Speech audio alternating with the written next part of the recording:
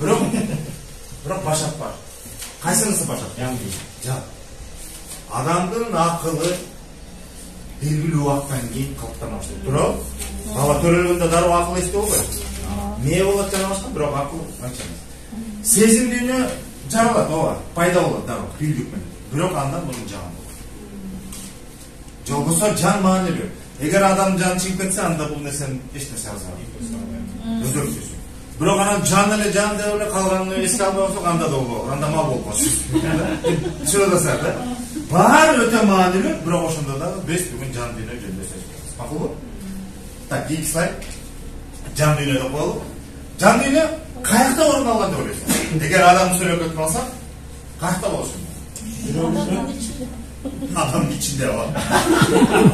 Адамдын ичинде. Ошо адамдын сөйлөкөтүн кайсы жерде орун алат деп ойлойсуң? Жүрөк тушта, Так, ортодо. Ортодо. Жүрөк менен жүрөк эмес, так, ортодо. Прям ичинде органы. Канчалык өлчөгү?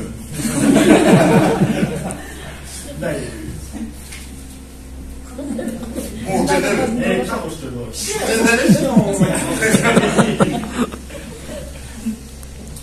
Слайд берет. Көкүрөк көбөдөнүндө сүйлөйбүз го? Жан дүйнөнүн ортосунда. Адамдын көкүрөк көбөдөнүндө жан дүйнө бар. Акыл дүйнө каякта болот? Түшүнүктүү, кийинкиси. Так, кийинкиси. Бул жерде акыл дүйнө болот, беребиз. Эми үчүнчүсү, сезим дүйнө кайда болот деп ойлойсуң? Ал эмес ойлогон. Жүрөгү жок, колдо. Негизи туура сезим бул көтөргөнүчү. Мындай кылачы. Сезим дүйнө бул адамдын денесинин бүт жагында болот. Бирок негизинен себеби негизги сезимдер бар да, көрүү, угуу, сүйлөө эмес, кандай даамдатуу, анан туюм бар, кол менен дегенде, шылп ошондой 5 сезим бар, анан 6-чысы туюм деп, көкүрөк туюм дегенде, бул илимге белгилүү. Бирок Кыргызда биз сезим дүйнөнү так башка юнуттан карайбыз. Анан бул жерде биз кандай десем? Аны башка кийинки сабакта айтмак.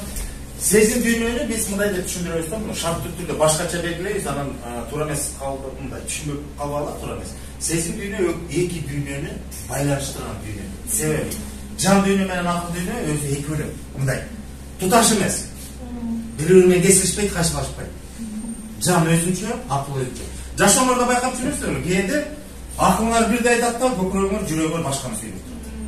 Болобу ошол? Көп болот. Көп болот. Ошон үчүн эки дүйнө эки бөлөк дагы бири-бири менен кээде келишпейт. Кээде дайыма эмес, кээде келишпейт.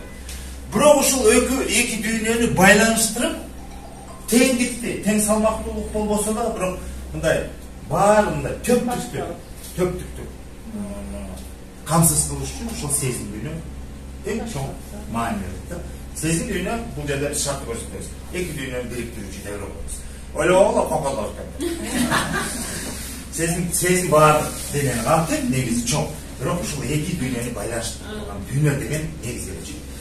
Биз бүгүнкү сабакта азыр биз ушул үч дүйнөнүн баарын айтып мүмкүн эмес. Кийинки сабак акыл дүйнө болот, андан кийинки сезим дүйнө болот. Бүгүн жан дүйнө жөнүндө сөз кылабыз. Макулбу? Себеби эми баягы адам жаралганда биринчи жан пайда болот экен, анан эң маанилүүсү жан келгенден кийин адам жандуу болот дегенде биз жан дүйнө жөнүндө сөз кылабыз. Эми суроо, жан дүйнө деп силер эмне түшүнөсүңөр?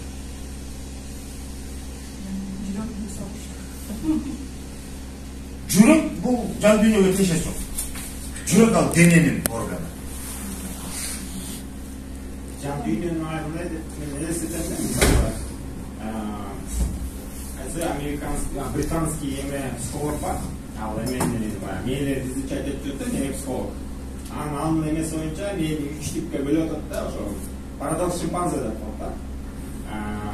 Менин бир бөлүгү ошол эме баягы адамдын жан биякта да, жок, угуп турсуз.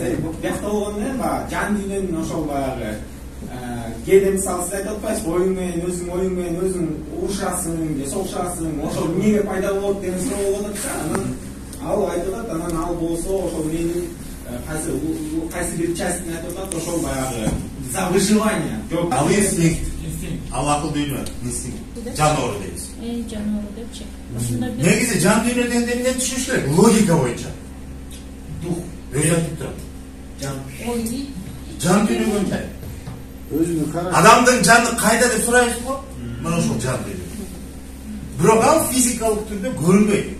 Көкнөкөйдө сыйрып ачып алсаңар да аякта өпкө, жүрөк жана башка дейсиз, анан жүрөктүн өзүнөн эле жок. Ошол жан жүрөктү кыймылга келтирет. Бирок ал белгисиз.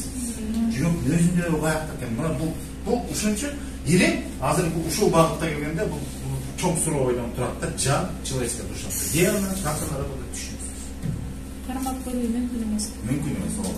Айтып атышат, салмактап көрүшү мүмкүн экен, эң кызыгы 0,9 грамм.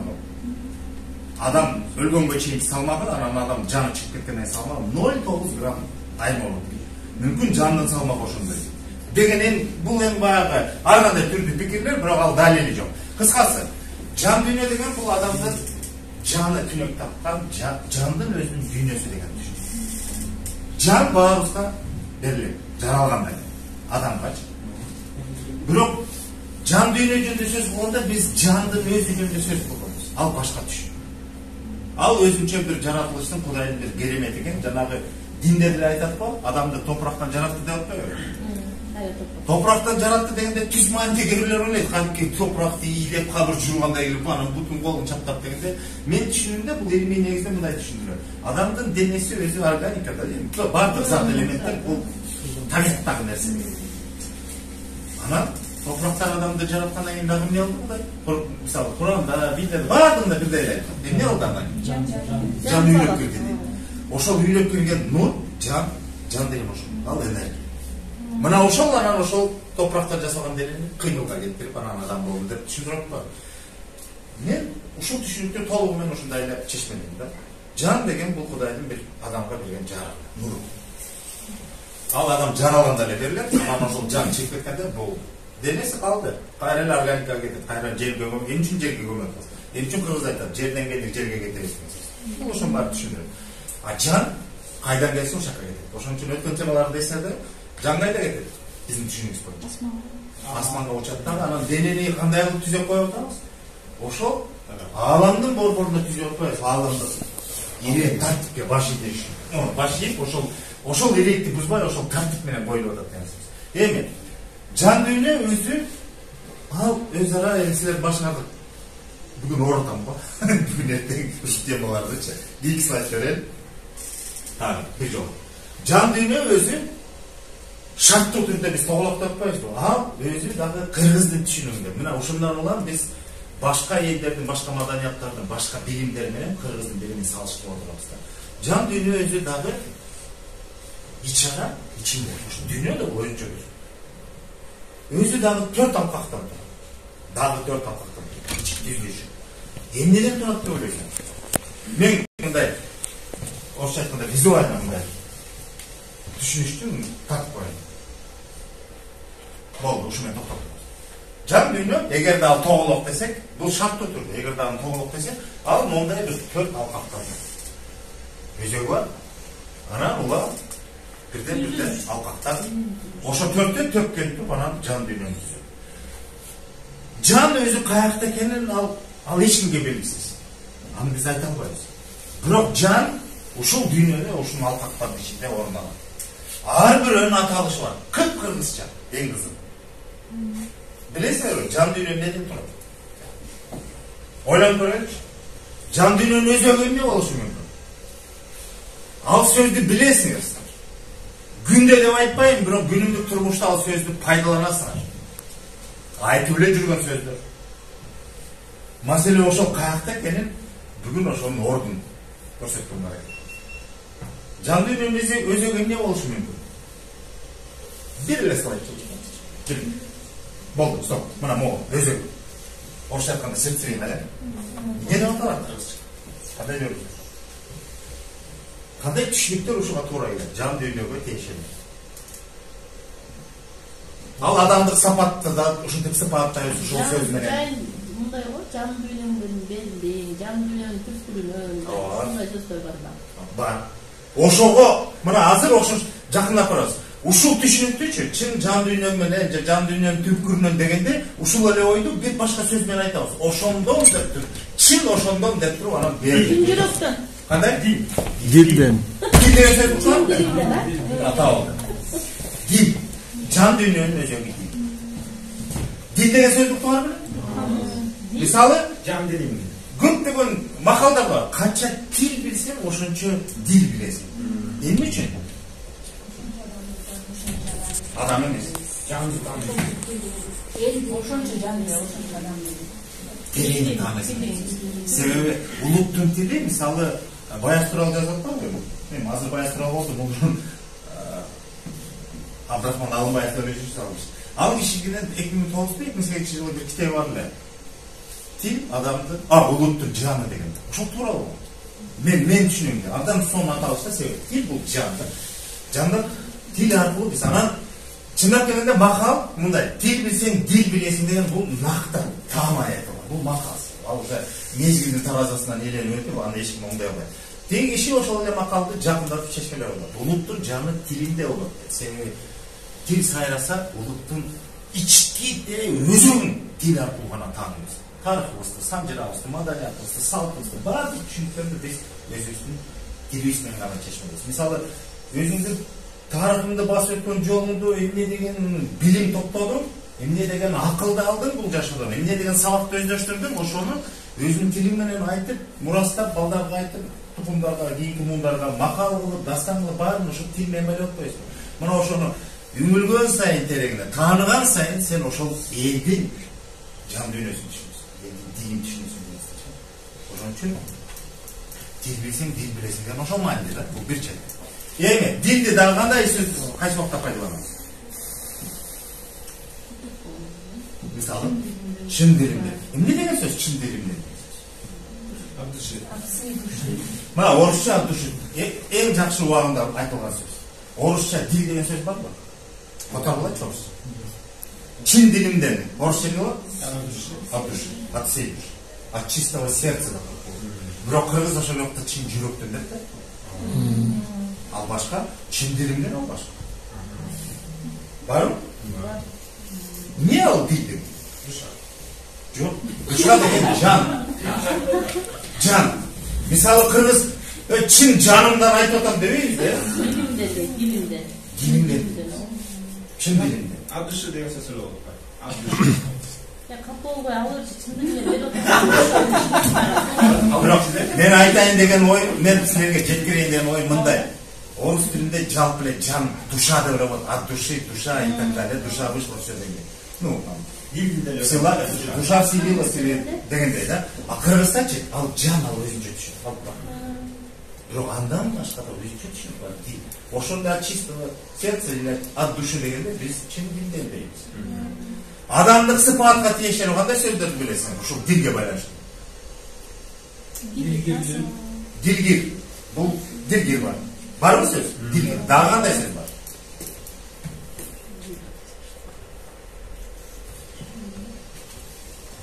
Эдил деген сөздү уктурсаң? Ак эдил адам деп. Ак көңүл башка, ак эдил. Бул ошол дилге байланыштуу. Дагы кандай сөз бар? Бул жашоодо эң өзөктүү түшүнүк ушул дилге байланат. Ошого жетпей көбүбүз куурайбыз, нааразы болобуз, бийликке таарынабыз, бийликти албаштырабыз. Ушул нерсе бузулганда. Адил. Не деген сөз адил? Дил жатат. Адил. Адам адил болуш керек. Өзүнө дил турат. Дил деген бул өзөк, бул өтө маанилүү нерсе.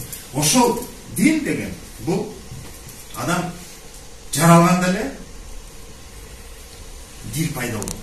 Жан башка, бирок дил пайда болот. Ошол дил бир сөз менен айтканда бул жан дүйнөнүн өзөгү деп атпайбызбы? Эгерде жөнөкөйлөтүп түшүндүрсөк, анда адамдын ички табияты бул анын дили. Сущность деген да. Ал ошол дил. Жан дүйнөсү. Башка дене буларды айтпайбыз. Жан дүйнөсүнүн табияты өзөгү бул дил болот. Анан ошол чын дилимден, анан байкасаңар ошол дил башатыкта адам жараланды. Адам болгондугунда түйүлдүк жаралды дейбиз да. Ошондо эле дил жарала баштайт да, анан төрөлөт, бала болот. Башында ал дилде кандай болот? Ал жарык болот. Себеби салыштырмалуу, балким деп атабыз, анык эмес, бирок адамдын жаны бул нур да.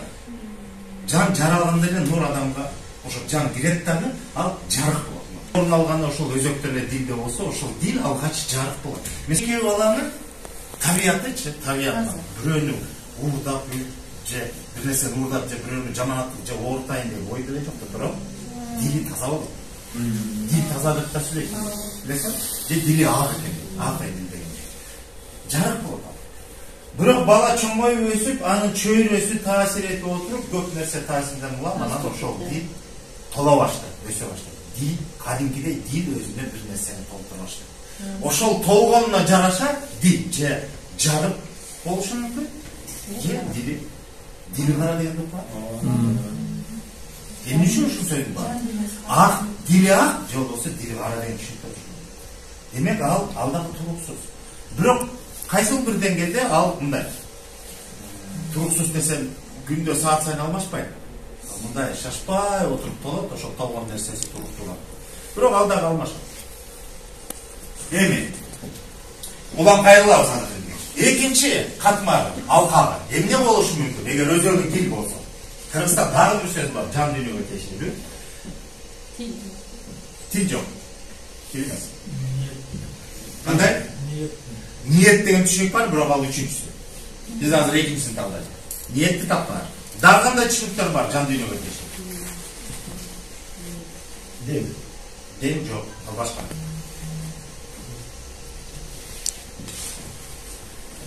Bir slide beriniz giyinsin. Moğolun taldayız. Ekinci halka.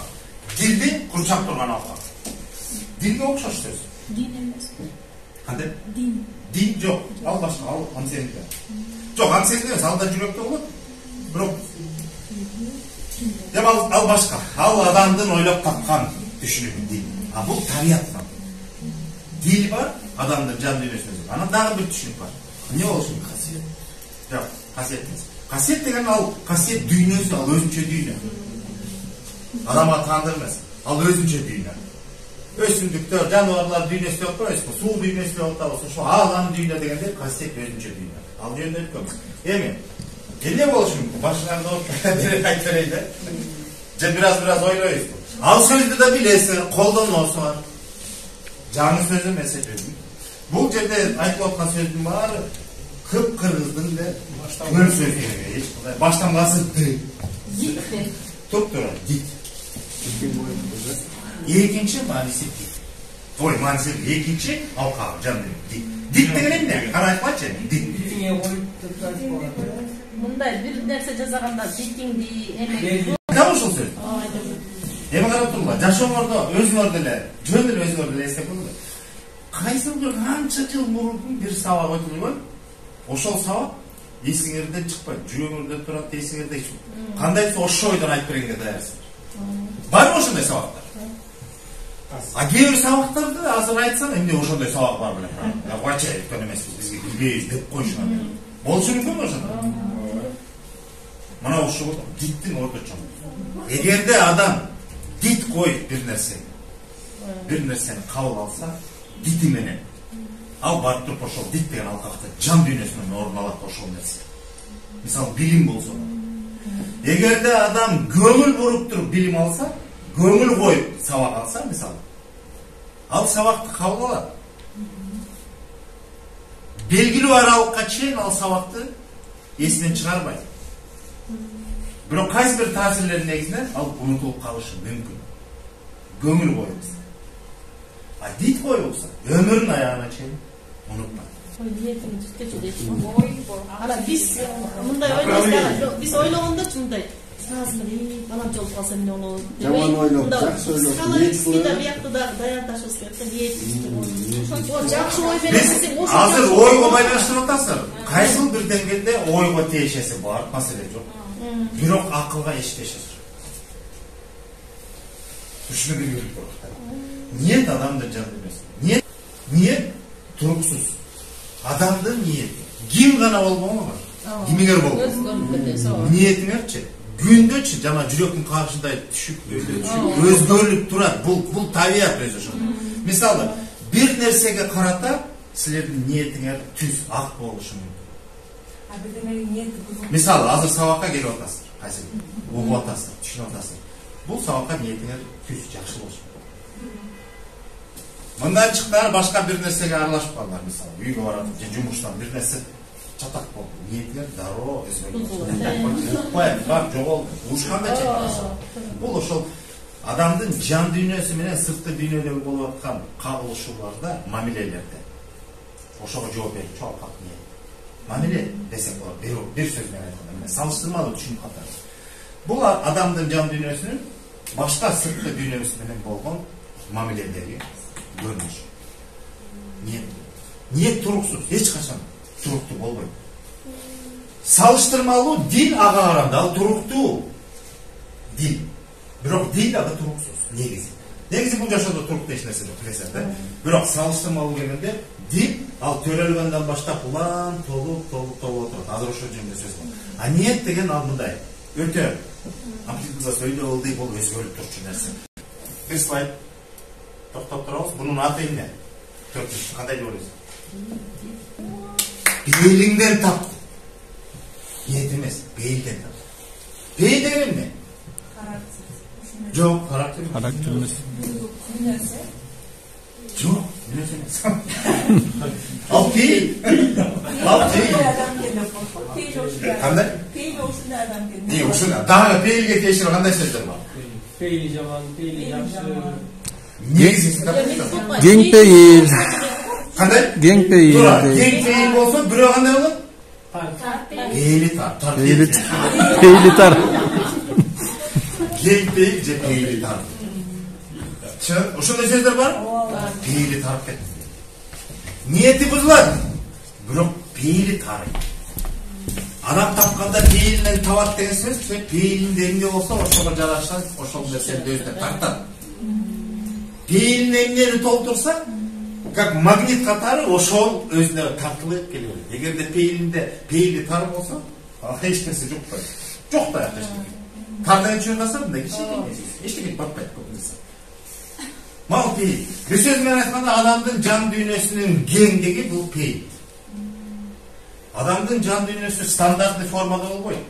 Диаметри же радиусу 1000 сантиметр дегенде мүмкүн эмес. Ар бир адамдын жан дүйнөсү ар башка, индивидуальный. Пейили келген экен, ал адамдын эр жигиттин ичине эр топунда атып атат деген сөзчү. Бул пейил. Пейилдин кеңдигинен же болбосо бир үй бөлбөй батпайса, батпайсыз, пейил кенен болсо барабыз батабыз деп айтып жүрөбүз го. Мына бул эмне үчүн ушул сөздөр айтылат? Себеби ошол кеңдикти, мындай кенендикти, ошону великодушие деп ошондой кеңдик. Кайра карасак, великодушие. Душа, баары эле душа. Бирок душа бизде жан, а жан дүйнөдө түзүлүштөр ар бирөөнүн өзүнүн функционалы бар, орду бар, бири-биринен айырмасы бар. Аты менен ата бири-биринен ажырап келген. Мына кыргыздын адамдын ички табияттын таанууда адам таануу маселесинде эмне деген билимге ээ экен ушундан эле карап билсек. Өтө кызык. Эми салыштырмалуу айтат. Эгерде бул алкакчаларчы мындай деп түшүнгүлө, эгерде жалпысынан бул чоң бир идиш деп койсок, чоң. Анан мондай алкакчадан турат. Демек, бири өзүнчө идиш, анын сырттан дагы койсок, ушунун баарын толтуруп турган дагы бир түшүнүк бар. Жан дүйнөгө тиешелүү. Мээңерде калимгерей орупту мен. Эмне толтуруп турат деп ойлойсуң? Ушунун баарын ички бир слайд. Бир, мына мону толтуруп турат ушунун баарын. Бир нерсе. Эмне толтурат деп ойлойсуң?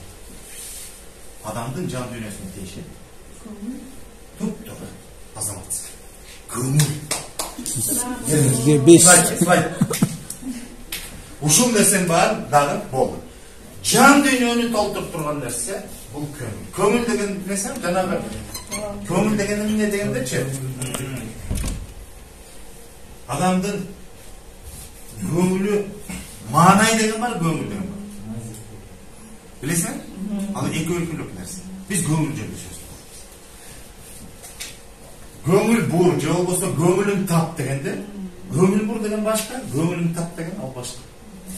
Бул жерде ошол жанагы адамдын көңүлүн тапсаң, эгерде кайсы бир адам башка бир адамдын көңүлүн тапсачы, эмне деген адам десең? адамдын көңүлүн тапкан адам.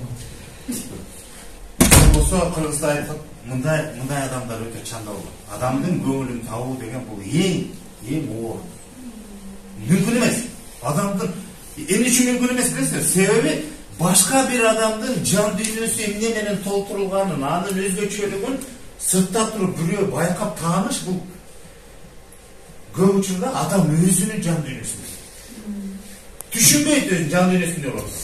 Анан элестет, өзү түшүнбөгөн нерсени сырттагы бул өтө чоң, кандай десем, эмгек демейин, тажрыйба демейин, бирок бул эми дилден баштайт. Дин деген бул жанагы айтпадыкпы, кайра мындай. Ушул жөнүндө гана сөз болот, башкасына айтып болбойт. Бир гана ошол азыр ушу жан дүйнөнүн түзүлүшү жөнүндө сөз кылганда мындай болот.